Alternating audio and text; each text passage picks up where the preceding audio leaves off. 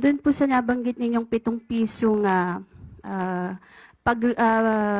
baba ng Duterte administration, pwede po ba ninyong i-clarify yun kung talagang 7 piso, gagawin 7 piso kada kilo yung bigas that time, or yung sinasabi po ng dating Pangulo na reduce o bawasan lang ng 7 piso yung presyo po ng bigas? Nasa news na po yan.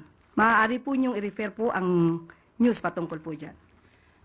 So, malinaw po na reduce po yung nabanggit, pero kayo sabi ninyo sa inyong vlog po ba yun or whatever, yung 7 piso, sabi niyo pangako 7 piso at parang sort of ganun. Pwede po ba ninawin lang natin yun para hindi naman na pagmula ng fake news? Sa vlog po ba?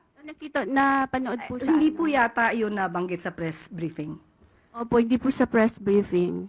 Parang you're talking na pinapakita nyo pa yung SONA something ni PRRD. Para lang po magkaroon ng sa halip Hindi na... po yung pahayag ng Pangulo. Nandito po tayo sa ating press briefing para ihayag po ang direktiba, announcements ng palasyo.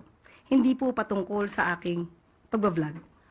Hindi pa nabanggit ko lang po yung vlog, Yusek, para lang po hindi And then, pasensya na po, hindi po ako makakasagot ng anumang sinabi ko outside from this press briefing.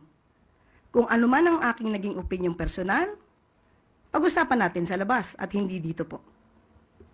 Kasi po parang makaka-apekto rin po dun sa mga ng Pangulo na medyo iba yung nababanggit. Opo, Ms. Eden, kung ano po ang inyong pakay patungkol po dito, inuulit ko po, ang aking pag-vlog ay wala pong kinalaman ang palasyo, ang Pangulo at ang gobyerno.